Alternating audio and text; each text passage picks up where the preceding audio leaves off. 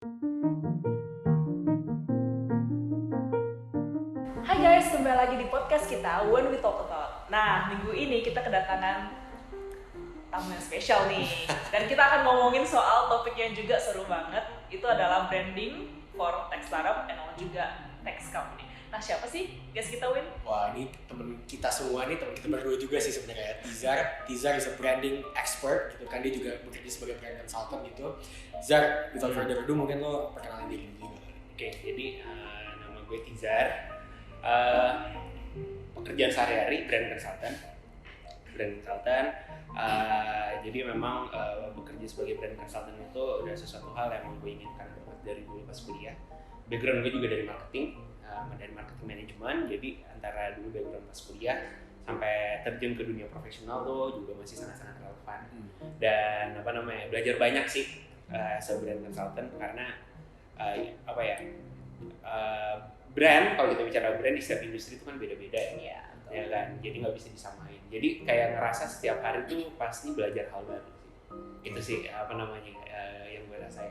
So this is the interesting topics kalau misalnya kita mau ngomongin branding, dan nggak akan ada habisnya nih kalau misalnya kita nggak dikasih pembatas kayak gitu kan. So it's really I look forward to this discussion. Nice. So speaking of constraint tadi anyway, jadi Zar, mungkin banyak pendengar kita yang juga belum mengerti nih kayak mix up antara branding, marketing, sales, PR, ya kan, corporate communication, gitu-gitu yang kayak setiap company kadang-kadang punya structure yang beda-beda. Tech company lebih-lebih lagi kadang-kadang suka ngasih label yang beda-beda juga gitu.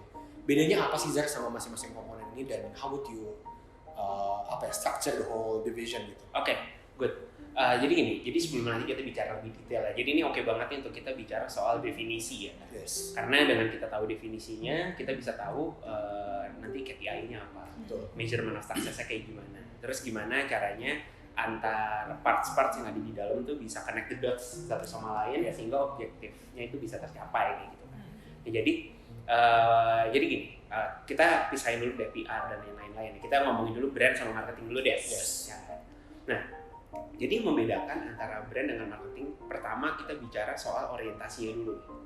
Kalau kita bicara brand, orientasi itu jangka panjang. Kalau kita bicara marketing, orientasi itu jangka pendek. Contohnya gimana? Kita ngegelontorin uang, budget. Untuk brand, kita ngeluarinnya sekarang, jangan harap bulan ini, tahun ini bisa langsung kelihatan hasil. Itu dulu.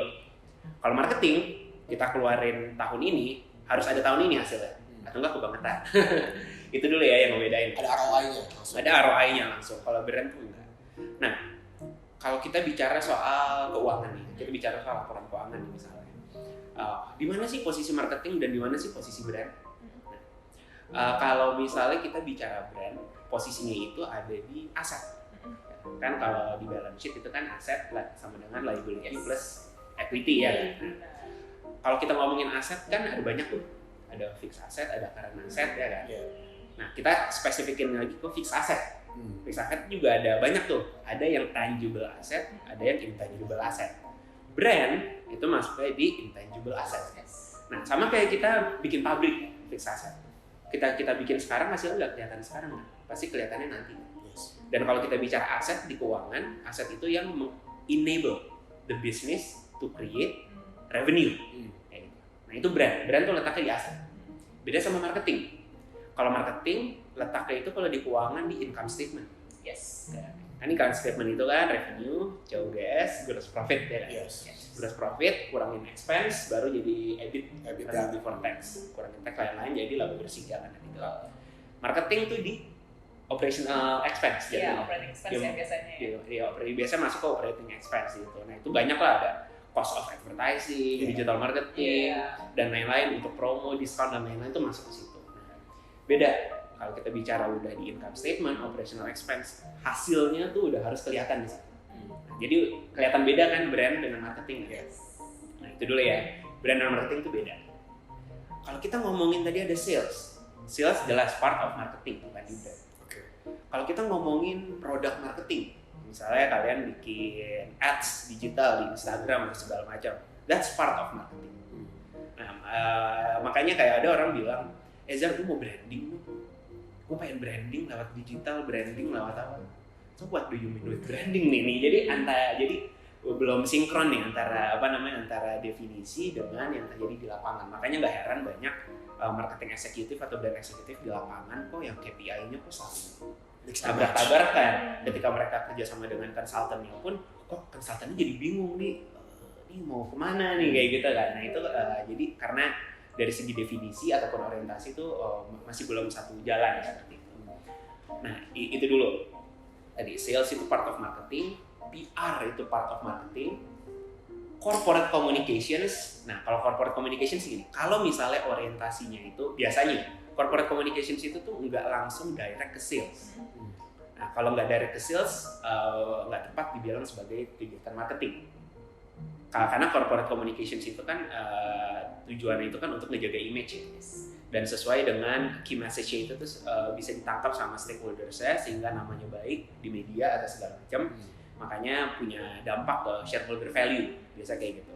Nah itu bisa aja masuk ke brand, ya kayak gitu. Tapi bisa juga masuknya ke marketing. Ketika ada sebuah KPI dari divisi corporate communications yang memang berindikasi ke product awareness misalnya, ke product engagement misalnya. Nah itu ada hubungannya. Nah jadi nggak bisa dibilang korkom itu marketing, korkom itu brand, tergantung gimana dari cara company itu mendesain organisasi dan nge-set KPI-nya kayak gitu. Nah itu dulu tuh brand sama marketing ya dari segi orientasi. Jadi kalau misalkan ada resultnya ke sales itu biasanya masuk arah marketing. Oke, tapi ini agak lucu, agak menarik nih Zak, kayak misalkan kita talk about both branding and marketing gitu ya. Advertisement jalannya di mana? Di branding apa di marketing? Tergantung orientasinya. Kalau misalnya orientasinya itu memang untuk meningkatkan awareness atau engagement sebuah produk sehingga punya dampak ke customer acquisition atau ke sales, itu marketing. Tapi kalau misalnya memang kayak let's say Tokopedia kan dia ada satu video nih yang kita itu tuh multi purpose tuh. Tahu gak video yang yang ada tablet terus kayak domino. Itu kan itu diputer tuh di setiap kalau misalnya mereka ada internal event di kantornya. Di bioskop kita as consumer kita ngeliat. Kalau mereka lagi kumpul-kumpul sama media itu diputer, ya kan. Nah, itu multi purpose. Jadi that kind of video itu bisa digunain untuk branding, bisa digunain untuk marketing. Kayak gitu. Nah, jadi sebelum kita ngelihat ini branding atau marketing, ini masuk dari kantongnya divisi marketing nih atau masuk dari divisi corporate communications, dibalikin lagi ke objektifnya dulu. Dan kontennya apa di situ. Kalau objektif sama kontennya udah clear untuk apa, jadi kita tahu nih orientasinya ini lebih kemana. So what is the objective of branding then? Oke, kita masuk ke branding spesifiknya. Jadi objective of branding itu adalah gimana cara kita bisa membuat sebuah diferensiasi, pembeda antara satu produk dengan produk lain, satu orang dengan orang yang lain, satu corporate dengan corporate yang lain, kayak gitu. Jadi intinya itu adalah pembeda. Kalau kita ngelihat sejarahnya ke belakang, branding itu tuh dulu sering digunain, gue lupa kisahnya secara detail, untuk membedain sapi di dalam sebuah peternakan. Ini sapi mana nih yang punyanya Pak Haji Ramli nih? Ini sapi mana nih yang punyanya Erwin nih gitu kan. Akhirnya dikasih cap. Cap. Gunanya itu buat pembeda gitu. Tapi kan dunia kan semakin berkembang. Yang ngebikin kok sekarang brand itu menjadi semakin kompleks. Itu karena market gitu. Nah, kita bisa ngeliat gini. Coba gue elaborate kayak begini.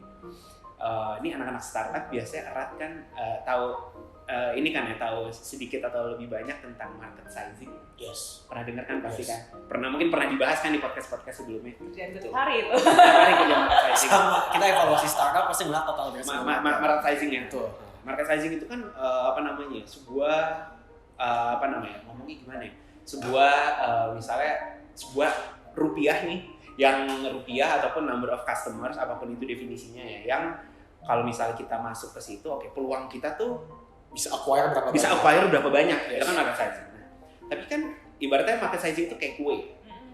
Tapi kan kue itu kan nggak semuanya punya kita. Ya kan? Pasti kan itu kan ada yang punya brand ini, brand itu, brand ini, brand itu. Ada persaingan. Nah, sekarang yang jadi pertanyaan adalah gimana caranya dari berbagai macam persaingan yang ada buat merebutin kue, consumer tuh milih kita. Berarti kita harus beda, ya kan? Nah, di situ kan peran brand. Brand itu adalah hal apa yang membuat kita itu tuh berbeda antara kita dengan kompetitor kita. Itu esensinya. Nah, sekarang pertanyaannya how. Nah, kalau kita bicara soal diferensiasi itu ada banyak cara. Ada yang konteksnya itu lebih ke product benefit, ada yang konteksnya itu lebih ke emotional benefit, kayak gitu. Nah, kalau ngomongin product benefit, kita bicara fitur. Misalnya, brand misal e-commerce ini fiturnya gratis ongkir. Oke, kalau yang ini dijamin ori. Nah, itu kan pembeda tapi konteksnya product benefit, kayak gitu kan. Misalnya kalau kita, itu tapi yang jadi apa namanya, yang jadi permasalahan di sini ada yang namanya kita ngomongin product benefit itu gampang banget buat ditiru. Itu that's why makanya kenapa kalau di brand management ya, product differentiation itu udah bisa dibilang ketinggalan zaman. Karena gampang banget ditiru, too costly, ya kan. Ibaratnya untuk bisa ngebuat itu lo butuh uang yang banyak banget. Once itu udah ditiru, udah lo harus cari jalan yang lain kayak. Nah, kita masuk ke yang kedua, emotional benefit. Nah, inilah ilmu brand yang sekarang tuh sedang berkembang. Marketer fokus on the emotional benefit in building the brand, kayak gitu. Contohnya kayak gimana? Kita kasih contoh, let's say misalnya ini deh, kita masuk ke FMCG ya di sini. Let's say Unilever itu kan punya banyak brand ya. Oke. Kita ambil yang sama deh, teh, ada Sariwangi, ada Lipton, sama-sama Unilever, sama-sama dibikin di Kerawang, pabrik ya sama, tapi apa yang membuatnya beda ya kan? Kita lihat, kalau kita ngelihat apa namanya, identity-nya ya, secara emosional. Sariwangi itu selalu ngomongin soal, ini adalah pelekat keluarga.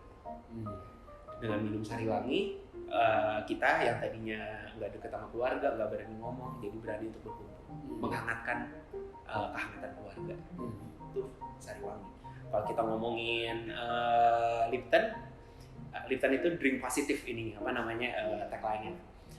Jadi kalau misalnya lu mau mulai hari, lu mau produktif, and you do the best, whatever you are, whoever you are, so you have to drink positive.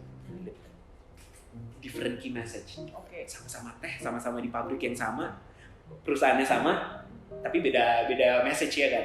Message-nya itu bukan message komunikasi, itu identity yang selalu mereka pegang dari pertama kali brand itu dibikin sampai sekarang. Kita bicara Nike, kita bicara just do it. Kita bicara soal kalau kita ada permasalahan, tabrak aja dulu gitu kan. Just do it. Kalau ngomongin Adidas, ini kalau ada permasalahan, so you have to learn pelan-pelan. Makanya kan logonya itu kan kayak tangga kan, pelan-pelan kayak tangga. Ya lu bisa menguasain itu, tapi lu harus berjuang. Kalau Nike ngomongnya lu harus tabrak tuh tembok. Different key message. Nah, key message itulah yang menjadi identity-nya mereka. Dimanapun mereka berada, Nike tetap di seluruh dunia kalau kita ngomongin Nike just do it. Tapi nanti komunikasinya di Indonesia, di Singapura, di China, di Jepang beda. Beda-beda Tapi message-nya sama, just do it. Nah, itulah brand yang menjadi pembeda tapi dalam konteks emosional. Nah, itulah yang turun menjadi visual design. Oke, kalau kita ngomongin soal kehangatan keluarga Sariwangi, typografinya harus pakai typografi yang ini ya, karena itu menggambarkan kehangatan. Warnanya tuh pakai biru yang agak tua, kodenya itu tuh kalau di visual design CMX berapa gitu misalnya. Karena itu karena itu tuh secara psikologi warna menggambarkan kehangatan keluarga. Itu yang dibangun di brand. Kita membuat sebuah pembeda. Nah, pembeda itu tapi emosional, bukan produk. Karena balik lagi, kalau produk gampang ditiru. Ini menarik nih, soalnya kebetulan ya, apalagi sekarang tuh zaman-zamannya startup gitu ya. Terus kayak tech companies gitu ya. Kebetulan gue juga salah satu tech companies. Gue lagi ngurusin branding dan marketing gitu kebetulan nih.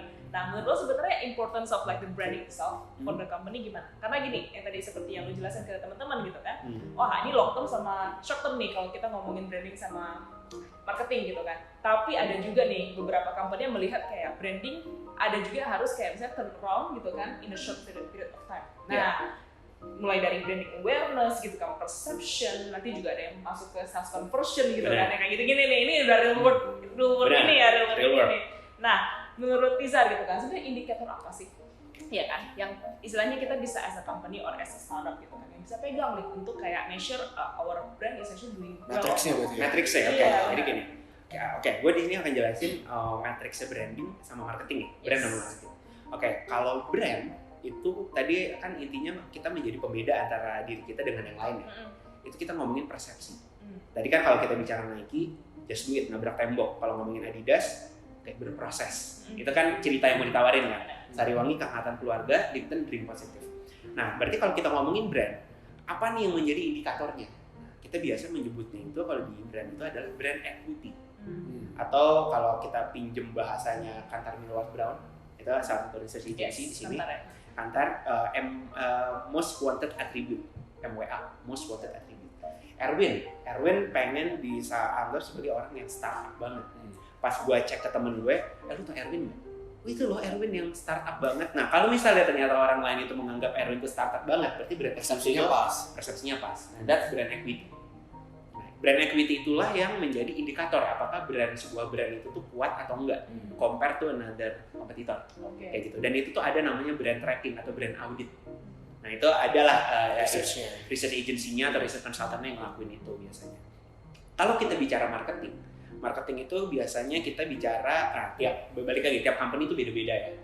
Dan ketika mereka ngeluarin sebuah campaign ataupun setiap marketing initiative, KPI-nya juga beda-beda, tergantung dari orientasinya si brand atau si produk di tahun tersebut.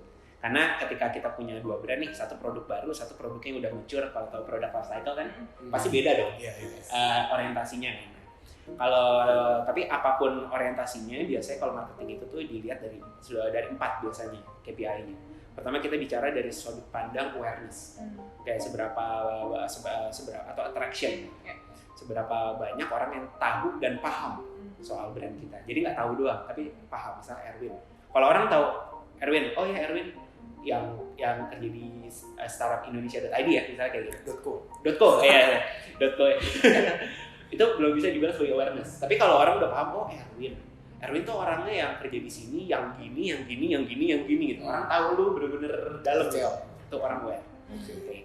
Biasanya kalau di digital kita bisa lihat dari number of reach misalnya. Kalau misalnya di PR kita bisa melihat dari PR value misalnya. Kalau misalnya dari traditional marketing like billboard, TVC atau segala macam, number of viewers misalnya kayak gitu. Kedua engagement. Engagement itu adalah relations antara si brand dengan si consumers. Mereka tuh ada conversation. Kalau di digital biasanya dilihat dari engagement rate, ya kan? dari interaksi antara si consumer, si audience dengan si brand. Dia ngelakuin action nggak terhadap konten kayak gitu. Kalau di event di mall nih, orang nggak cuma ngelihat doang. Kalau ngelihat tuh orang aware. Tapi kalau dia masuk ke dalam, dia interaksi, itu engage. Ketiga adalah acquisition atau sales, orang beli produk kita. Yang terakhir itu adalah loyalty, repurchase, kayak gitu. Nah, ini adalah marketing. Kalau brand itu brand equity. Nah, tapi di sini gue mau tambahin, yang jadi challenge adalah gimana caranya antara brand dengan marketing itu jalan bareng. Nah, karena banyak banget nih case-nya apalagi di startup ya. Brand tuh brand itu kayak divisi yang ada di mana, marketing tuh divisi yang ada di mana. Jadi kayak nggak nyambung gitu. Nggak nyambung. Kadang bahkan ada yang beda VP. Brand itu under VP sini, marketing itu under VP sini kan. Jadi kok kalau misalnya kita ngelihat kalau gue ya sebagai brand consultant, ini company sebenarnya orientasi mau kemana sih? Oh kayak nggak sinkron ya. Kayak gue bisa ngelihat kayak ini kayaknya di dalamnya nih secara struktur organisasi nggak match segala macam kayak gitu kan. Nah yang jadi challenge adalah gimana cara ini jalan bareng.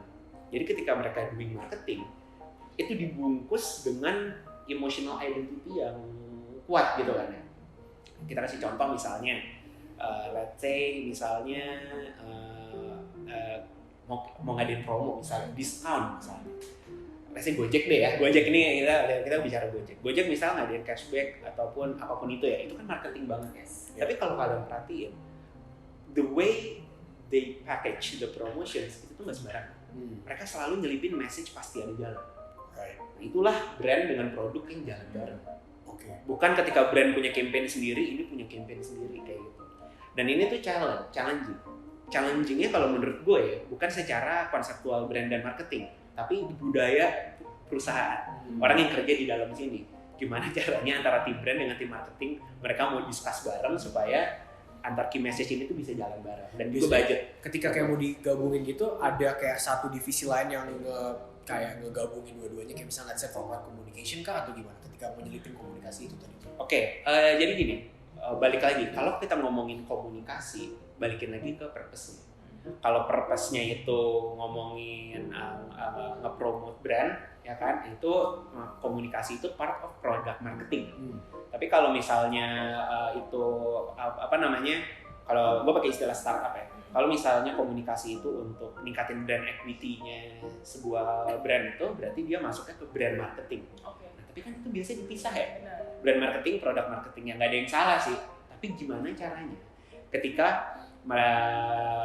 mereka melakukan marketingnya itu tuh di guideline di guide dengan brand marketing ini. Jadi mereka terkesan jalan bareng kayak gitu. Karena gini, kalau kita ngomongin marketing ataupun branding itu kan erat kaitannya dengan budget. Ya. Lu bayangin, lu dikasih budget tahun ini sekian M. Kayak lu harus mengalokasikan, oke ini untuk kepentingan brand ya, ini untuk kepentingan produk marketing. Produk marketing kan matriksnya banyak ya. Yes. Oh ini untuk yang awareness nih, buat engagement nih, buat yang promo. Karena mikirnya gini deh, kalau misalnya kita bisa ngelakuin activity tapi kena ke semua matriks, why not? Gitu kan, itu kan efisien ya. Maksudnya makanya brand sama marketing itu bisa jalan bareng. Kayak yang tadi gue bilang, kayak videonya Tokopedia itu dipakai di bioskop, kena ke consumer. Dipakai ke media, itu kena ke media buat nulis berita yang bagus. Dipakai ke calon pemegang saham misalnya, atau ke investor buat dipresentasiin, itu juga bisa menarik gitu kan buat dipresentasiin. Kayak gitu, kalau misalnya bisa sekali action bisa kena banyak. Karena balik lagi ke objektif dan marketing budget. Jadi tadi kayak ngomongin soal Gojek gitu kan. Gojek kan ya Gojek sama Grab very similar products. Ya. Di media juga sama-sama ngeklaim kayak as super apps in Southeast Asia. Yes. Sekarang dulu awal cuma Grab doang yang di Southeast Asia. Sekarang Gojek pun udah mulai expand di Southeast Asia. Ya.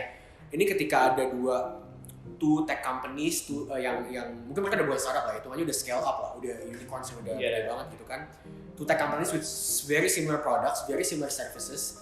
So branding becomes a differentiator. Yeah. So case-nya gimana Zar di Indonesia terutama gitu ya? Scope-nya di Indonesia dulu deh. Oke. Sama-sama hijau lagi ya. Sama-sama hijau lagi. Sama-sama hijau. Bener, depannya G juga lagi. Loh. Gue jujur gue nggak berani ngomong terlalu banyak ya, karena kan gue bukan orang internal mereka ya, jadi takutnya nggak valid nih omongan gue. Coba gue ngelihat dari sudut pandang ini, apa namanya tuh, ibarat di Indonesia Lawyers Club ILC kritikus ya. Oke, objektif aja gitu ya. Objektif aja. Netral. Nah, gue netral karena gue nggak tahu nih dalamnya kayak gimana kan. Gue sebagai pemirsa nih di sini ngelihatnya tuh kayak gimana. Jadi gini, kalau misalnya kita ngelihat mereka berdua ya, apa namanya? Gue bingung ngomongin gimana. Kalau misalnya kita ngelihat mereka berdua, mereka itu menawarkan produknya sama. Apa namanya, secara coding ataupun secara produk di bawah-bawahnya ya kan, ngirim makanan lah, ngirim barang lah kayak GoSend atau Grab, packaging ada ya, gue sebenarnya lupa namanya apa, ada apa namanya, buat ojek lah, ada mobil lah, identical lah gitu. Tapi apa yang ngebikin mereka itu berbeda sebenarnya kan? Dan jelas kalau misalnya tadi kan unique selling point-nya, USP-nya, kalau Grab itu kan dia selalu nonjolin the biggest in the Southeast Asia, bener nggak? Kayak gitu kan. Kalau Gojek itu pasti ada jalan. Kayak gitu. Itu beda kayak gitu kan. Nah sekarang Gojek udah Southeast Asia, udah jadi diferensiasi nggak? The biggest in Southeast Asia. Ya. Itu yang tadi gue bilang, ketika kita diferensiasinya ke level teknis itu gampang ditiru. Tapi kalau ngomongin pasti ada jalan, Gojek doang. Ya, dia selalu ngomong selalu ngomong intinya promise dia adalah narasinya ya, brand manifestonya. Dia percaya kita di sini adalah super apps yang percaya di setiap kesulitan itu pasti ada jalan. Dan kita di sini mengenable orang-orang yang mau berusaha untuk mencari jalan keluar. Social impact segala macam itu kan narasi yang dibikin. Jadi nggak terlalu produk benefit kayak gitu. Kalau ditanya yang baik yang mana, gue nggak bisa ngomong karena gue nggak tahu keuangan mereka. Kayak gitu, karena kan itu semua kan bisa kita lihat oke atau enggak dari bisnis performance kayak gitu. Jadi gue nggak bisa menilai secara objektif yang mana yang lebih oke. Tapi kalau sekilas yang lebih oke itu adalah yang memiliki emotional benefit. Karena itulah yang membuat pembeda yang kuat, yang membedakan antara satu brand dengan brand yang lain, yang susah untuk ditiru, walaupun sama-sama hijau. Tapi ini menarik, Zat. Yeah. Nah, kalau misalnya itu kan jadinya lebih ke arah bener-bener kualitatif banget nih, feeling by feeling gitu kan. Dan biasanya oke lah, nge-tracknya ada namanya agency gitu kan, atau research company yang nge-track gitu kan. Tapi ada nggak sih bener-bener yang istilahnya ketika you want to compare it like very objective gitu ya, ada nggak sih kayak satu measure gitu yang lu lihat, yang istilahnya lu bisa tiap hari, nggak tiap hari sih, tapi nggak harus nunggu research company untuk istilahnya bilangin brand lu bagus atau enggak gitu. Oke. As misalnya employee, as a customer, ya ini lebih bagus sih gitu. Something yang kayak gitu sih. Tapi very objektif, ada nggak atau very kualitatif nih? Oke. Kalau gini, kalau ada dua sudut pandang, dari sudut pandang consumer sama dari sudut pandang shareholder. Yes. Kalau dari sudut pandang consumer, jelas, a good company is the most profitable one. Emang harus ujung-ujungnya ke business performance. Jadi kalau dibilang, kalau menurut gue pribadi ya, yang mana nih yang bagus? Kalau dari kacamata bisnis jelas, yang yang memang memiliki business performance yang paling oke kayak gitu kan. Ya ke sales kayak gitu, ke revenue. Nah, kalau dari segi sudut pandang shareholder value, yang bagus yang mana? Yang punya, ibaratnya gini, pernah dengar business valuation? Pernah. Kalau ini ada namanya brand valuation. Oke. Jadi nilai A kalau di laporan keuangan di balance sheet, nih intangible assetnya ini si brand itu nilainya berapa? Yang menarik kayak Coca-Cola, nilai intangible assetnya itu si brand Coca-Colanya compare to tangible asset pabrik dan yang lain itu lebih gede. Intangible assetnya kayak gitu kan. Nah itu jadi kalau dari sudut pandang shareholder value, dari sudut pandang shareholder yang mana yang paling bagus? Yang intangible assetnya itu, brand value-nya itu di laporan keuangan itu yang lebih besar gitu kan. Kalau dari sudut pandang consumer jelas itu lebih ke bisnis. Yang mana yang paling yang memiliki conversion yang gede untuk sales. Tapi jangan senang dulu. Balik lagi tadi, kalau kita ngomongin brand, kita ngomongin jangka panjang. Kalau cuma salesnya bagus bulan ini tahun ini doang, nggak bisa dibilang brandnya bagus. Jadi bisa dibilang bagus ketika si brand itu bisa menjadi guideline buat si produk sepanjang produk life cycle. Kayak gitu, mulai dari dia intro sampai mature, itu tuh kan orientasinya jangka panjang. Tapi kalau cuma bagus pas intro doang, pas growing dia kalah dengan yang lain, gue nggak bisa bilang kalau brand itu bagus. Sih. Soalnya gini, gue pernah bener-bener kerjain nih sekarang nih. Apalagi kalau kita ngomongin soal startup, tech companies kan pengennya cepet. Investor pengennya ngelihat gitu kan, is it like a good or not gitu kan. Nah, mungkin korelasinya ketek gitu kan. Kita biasanya pakai korelasi customer interest di Google nih, search query nih. Nah, itu juga katanya coefficientnya itu kalau misalnya dicek gitu ya, itu bisa sampai 81% conversion to sales. Ini sesuatu yang memang masuk akal nggak sih dari segi ini? Dari sudut pandang mana nih? Expertise lo gitu. Dari sudut pandang brand. Gini, kalau dari sudut pandang brand, ini menurut gue ya, kalau menurut gue pribadi ya, menurut gue itu kurang relevan. Oke. Kenapa? Karena balik lagi, kalau kita bicara brand, orientasi adalah jangka panjang. Oke, itu numbernya bagus kan sekarang. 10 tahun lagi. Iya. Itu yang jadi pertanyaannya. Karena ketika kita bicara brand, kita nggak bisa bicara result hari ini atau tahun depan. Kita bicara 10 tahun lagi. Kayak gitu. Makanya that's why kenapa when you invest on brand, so you can see the result 10 years from now, 5 years from now. Nggak bisa dilihat sekarang. Nah kalau misalnya buat kebutuhan investor misalnya, ya itu dibalikin lagi ke objektifnya si investor. Dia mau return dalam jangka pendek atau return dalam jangka panjang. Kalau dia emang expect-nya itu return dalam jangka pendek, ya nggak salah. Kalau dia suntik uang ke startup, nge-push buat dapetin hasil yang pendek kayak gitu untuk tahun ini tahun depan. Misalkan dia lepas, dia pergi kan dari itu, ya nggak salah gitu, dari sudut pandang investor. Tapi kalau dari sudut pandang brand, ya itu enggak gitu kan. Dari sudut pandang startup owner tergantung. Dia nih mau bikin startup untuk jangka panjang atau untuk gue lakuin 2 tahun habis itu gue jual lagi. Jadi nggak ada yang benar, nggak ada yang salah. Tergantung kita mau pakai kacamata. Kita mau pakai kacamata siapa nih? Kalau misalnya nih diplomatis kan gue.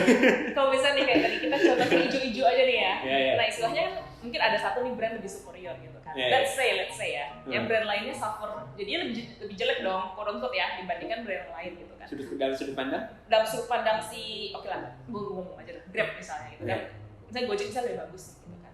Grab misalnya merasa kayak kalau gitu brand gue dibanding Gojek kurang nih gitu kan. Terus kayak shareholder Grab bilang, you need to improve your brand. Oke. Harus bisa matching nih gini. Nah itu harus misalnya dalam setahun ke depan. Nah ada yang kayak gitu kan, shareholder ada yang kayak gitu loh. Nah menurut lo masuk akalnya gimana nih untuk Grab misalnya mana ya harus membuktiin bahwa misalnya by another year I'll leave check. Yeah, that's the real life question Exactly. sebenarnya ya kan. Banyak banget investor yang dia pengen tuh hasilnya itu cepet kayak gitu kan, nggak bisa lama-lama ya itu emang in the real life kayak gitu kan. So that's why makanya banyak banget case-case yang di lapangan susah buat kayak gitu, karena memang pada prinsipnya ya kalau kita ngomongin brand itu emang jangka panjang. Tapi ketika investor bersabda ya gimana kayak gitu. Kalau kalau gue sih prinsipnya selalu kayak gini. Misalnya ke klien ataupun ke orang-orang kalau nanya gue soal branding, gue selalu bilang when you wanna invest in brand, gue nggak bisa janjiin hasilnya sekarang. Kayak gitu. Kalau gue bilang iya, gue sama aja ngebohongin. Kayak gitu. Gue ngomong di depan. Jadi ada set ekspektasi antara gue dengan klien, gue dengan teman atau dan segala macam. When we talk about brand. Tapi kalau misalnya when you build a brand tapi ada juga marketing budget, nah itu bisa diusahain. Kayak gitu. Tapi kalau bener-bener buat brand, gue mendingan nggak usah deh. Daripada gue bohong kayak gitu kan. Nah, gue prinsipnya selalu kayak gitu, gue ngomong di depan, gue ngejelasin orientasi itu kayak gimana segala macam. Baru kalau udah match, udah oke, sefrekuensi baru kita jalan. Biasanya itu kayak gitu. Karena emang harus diomongin di depan sih. Kadang kan yang namanya manusia kan ya butuh uang cepet segala macam. Ya udah deh gue mulut manusia di depan segala macam baru jalan kayak gitu. So maybe just like one last question is that kan tadi talking about the investor, talking about early stage startup. Terutama khususnya early stage startup ya. Kan ketika baru mulai, and then you get like seed funding, that's one of the most crucial time karena death rate-nya startup tuh paling gede emang di early stage itu. Benar. Sampai series A itu paling banyak mati gitu kan. Usually when you reach series B and then the probability of success lebih gede lah. Gitu kan. So when you are in that stage, ketika lo masih early banget, gimana caranya as a new company, as a new business, you start building your brand while still satisfying that needs from the investor gitu. Kalau gue ada di posisi di si brand owner ya, atau nggak si co-founder ya, kalau gue ada di posisi dia ya, gue akan tetap ngelakuin apa yang investor pengen, ya kan? Karena kan dia udah nyuntik uang ke gue kan, dan itu resultnya udah harus ada apapun KPI-nya kan ya. Tapi prinsipnya ini adalah gimana caranya ketika gue menggunakan uang investor dan buat nge-boost produk gue untuk dapetin conversion yang lebih besar lah, buat dapetin more database lah atau segala macam. Ketika gue melakukan itu, gue bungkus dengan brand. Jadi investment gue tetap di marketing, tapi ketika gue melakukan marketing, gue punya guideline yang kuat. Kayak Gojek tadi, apapun campaign-nya, apakah ngomongin cashback, apakah ngomongin merchant acquisition lah, apakah ngomongin bahkan ke internal lah, ke karyawan, cara dia bikin internal activation segala macam, selalu dibungkus dengan pasti ada jalan. Itu cara berdamai.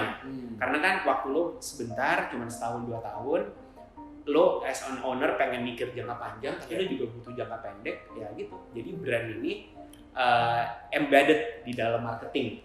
Kayak harus gitu. Ada good marriage antara dua. Harus ada good marriage kayak gitu. Jadi nggak apa-apa, ini bukan sebuah divisi terpisah yang investmentnya itu dia punya sendiri, tapi gimana caranya dia ini nempel. Brand itu nempel di marketing ini kayak gitu. Juga sama ini sih pesan gue terakhir. Orang tuh kadang kalau ngomongin brand erat kaitannya dengan communications. Karena kalau ngomongin branding, pasti yang jadi topik pembicaraan itu adalah advertising lah, PR lah atau segala macam. Ada sebuah case study atau prinsip yang gue suka ya dari berbagai macam industri ini yang gue lihat. Gue suka the way FMCG memperlakukan brand. Karena ketika kita ngomongin brand, kan kalau di FMCG brand itu the heart of the business ya kan. Brand itu adalah pengganti secara terms tuh marketing. Marketing itu kan kita ngomongin marketing mix ya, 4P ya, produk, price, place, promo. Ketika brand menjadi the heart of the business, dia tahu pembedanya kayak gimana. Jadi dia tahu gimana caranya meng-guide si produk ketika kerjasama sama orang manufacturing supaya nggak keluar dari jalurnya si brand. Ketika ngomongin pricing, ada titik gue begini, ketika gue nge-set price, gimana caranya biar price-nya itu tuh bisa tetap ngejaga image si brand, tapi bisa masuk juga ke willingness to pay-nya consumer. Tapi marginnya itu juga sesuai dengan ekspektasi si finance. Kita masuk ke place, distribution, sales. Gimana caranya biar barang gue ada di toko, kayak kerjaan lo nih. Barang gue ada di toko. Toko mana yang gue harus sasar? berapa retail price-nya. Jadi secara business win, secara brand equity win, secara promotions, secara advertising, PR, digital marketing itu juga kena. Jadi when we talk about brand, we talk about business, not we talk about communications. Kayak gitu. Itu sih. Jadi untuk menyimpulkan yang tadi lo bilang, gimana caranya untuk mencapai tujuan jangka pendek, but in the same time we invest on brand. Jadikanlah brand itu mindsetnya bukan communications, mindsetnya adalah bisnis. Dia yang guide si bisnis proses supaya dia punya identitas yang kuat. Kayak gitu. Oke. Sumpah menarik banget. Izar udah banyak banget kasih tahu kita banyak insight, tapi ini nih kayaknya udah penghujung di acara nih gitu ya. Tapi kembali lagi Izar, banyak banget istilahnya. Kita yakin audiens kita itu udah kebuka banget di pikiran soal branding, marketing, beda-bedanya apa gitu kan. Nah, I think this is like the end of our podcast. So di sini ada host kalian, gue Vanessa dan rekan gue. Okay. So see you in our the next podcast. Bye. Bye.